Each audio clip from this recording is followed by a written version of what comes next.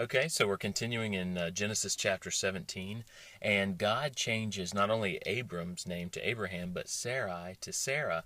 And Sarai means my princess, and Sarah means princess. So when I was reading some commentary about it, it was saying that this is just making it a more broad term. Like, my princess is more possessive. Like, her father could say, "You're my princess," and Abram can say, "You're my princess." But God is calling her princess in general. And what I believe this means is that there's just going to be so much more acknowledgement from other people about how special she is. And I really think that's what God wants to do with us. That God wants to elevate us.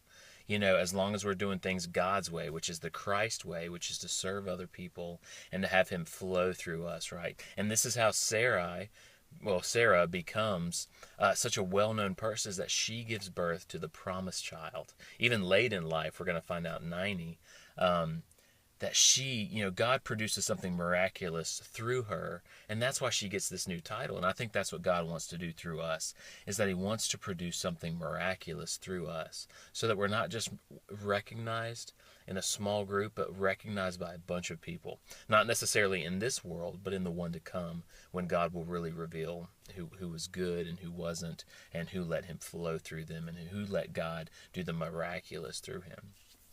And then Abraham says, he laughs and he says, will a child be born of me at 99 and a child, or 100, because that's when the child will be born.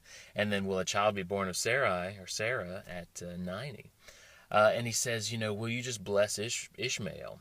And God says, no, it's going to be through Isaac. And I think we do that a lot. We just want God to use what we produce, right? Instead of just going with His promises and doing the thing that brings God the most glory, because that's what Isaac does.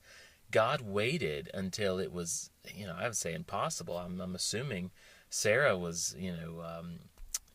no longer able to bear children physically, and it wasn't natural anymore, and He waited until then to bring the promised child. And that's really what He wants to do through us, is He wants to do, He wants His strength to be made perfect through our weakness. And what we want to do is we want God to just use the things that we can produce on our own, when we need to just let God do the things that only He can do, so He can get the glory instead of us. Because that's been the whole battle between God and man, is man wants to think he's okay without God. And so that's why God needs to do things in a way to humble man and show them that, the things that really matter in life can't be done unless God does them through us.